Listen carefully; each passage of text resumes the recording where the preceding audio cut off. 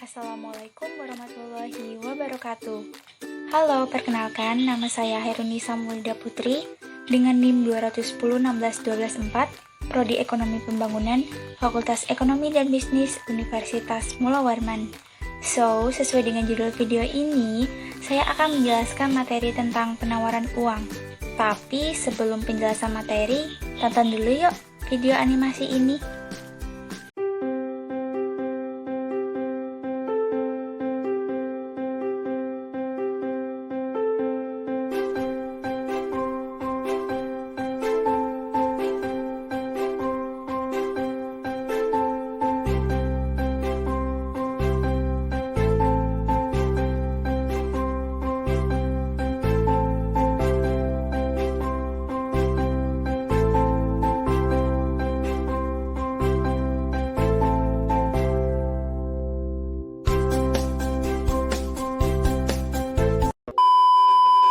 Nah, tadi udah lihat kan video animasi yang baru saja ditampilkan?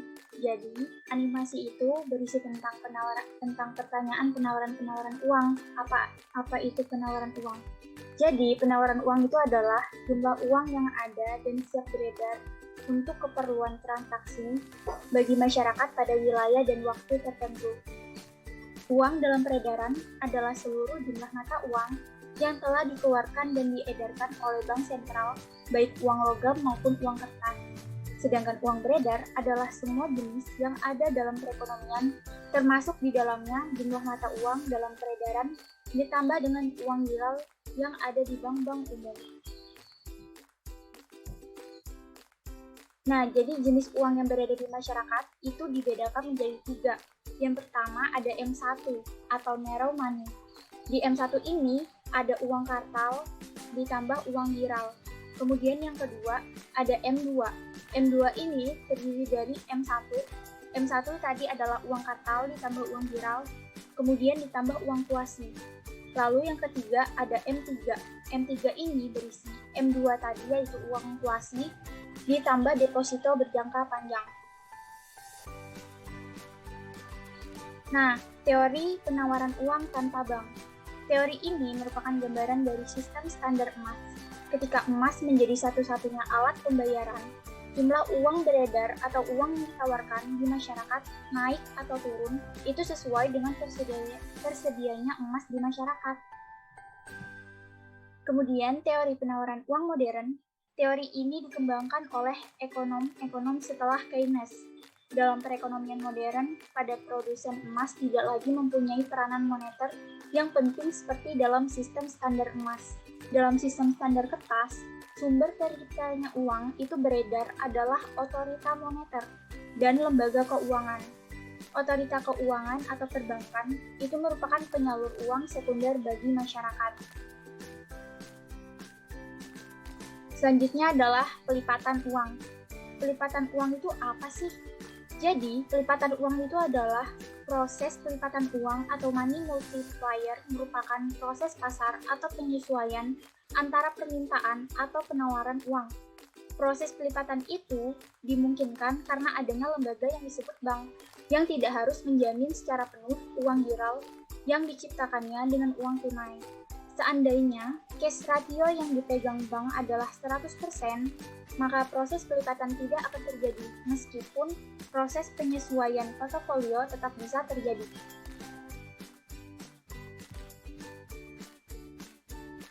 Nah, faktor-faktor yang mempengaruhi penawaran. Yang pertama, ada bank sentral.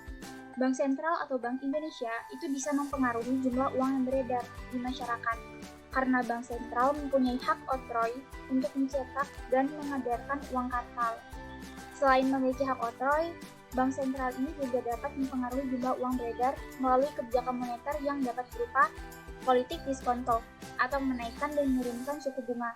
Yang kedua, politik pasar terbuka atau memperjualbelikan surat berharga.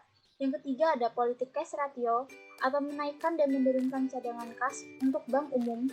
Yang keempat, politik kredit selektif atau pengaturan pemberian kredit. Faktor yang kedua adalah pemerintah.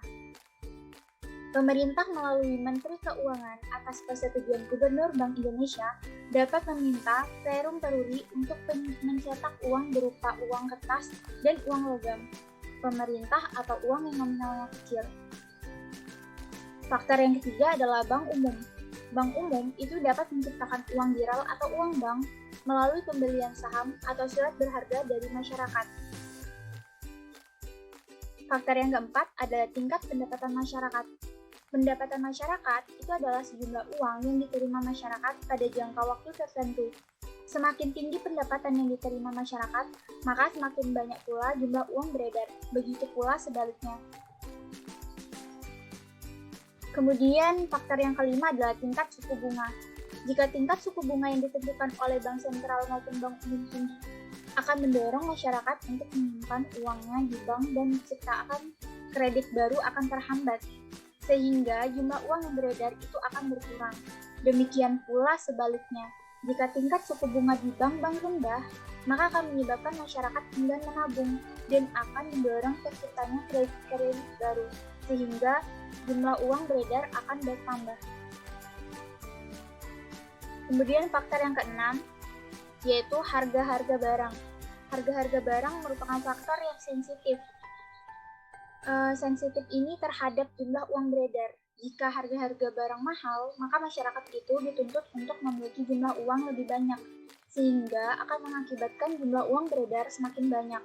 Akan tetapi sebaliknya, jika harga barang-barang itu murah, maka jumlah uang yang beredar akan berkurang, karena masyarakat akan menyimpan kelebihan uangnya di bank.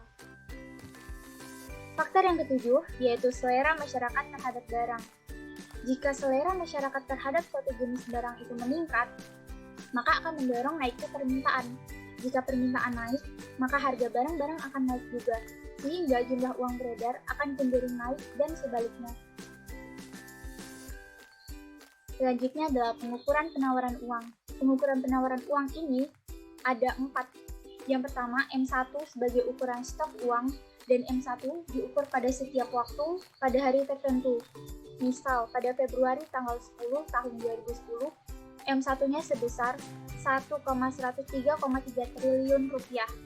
Yang kedua, M2 atau uang secara luas termasuk di dalamnya near money atau pengganti paling dekat untuk uang transaksi.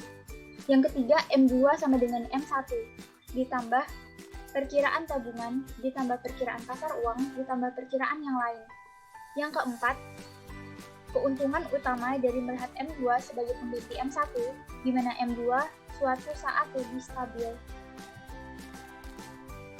Kemudian, lembaga penyimpanan dana. Apa sih lembaga penyimpanan dana itu? Jadi, lembaga penyimpanan dana adalah sebuah perusahaan keuangan yang melakukan penyimpanan untuk keuangan rumah tangga dan perusahaan. Jenisnya ada dibagi menjadi 3. Yang pertama ada bank komersial, yang kedua lembaga penyimpanan uang, yang ketiga pasar penukaran uang. Manfaat lembaga penyimpanan dana sendiri yang pertama bisa menciptakan likuiditas, yang kedua penanggungan risiko, yang ketiga biaya peminjaman yang lebih rendah, yang keempat biaya pemantauan peminjaman yang lebih rendah. Kurva penawaran uang.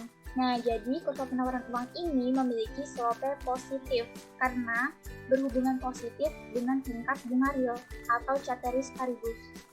Namun pada kenyataannya, kurva penawaran uang ini berbentuk tegak lurus karena penawaran uang diatur oleh Bank Indonesia.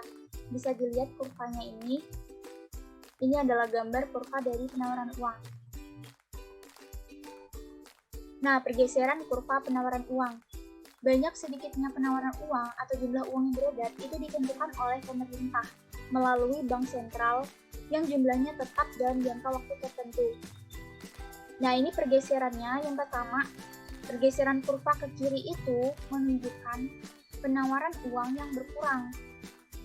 Dan sedangkan pergeseran kurva ke kanan itu menunjukkan penawaran uang yang bertambah. Oke teman-teman, sekian dulu penjelasan materi penawaran uang ini. Semoga apa yang sudah saya sampaikan mudah dimengerti dan mudah dipahami. Wassalamualaikum warahmatullahi wabarakatuh.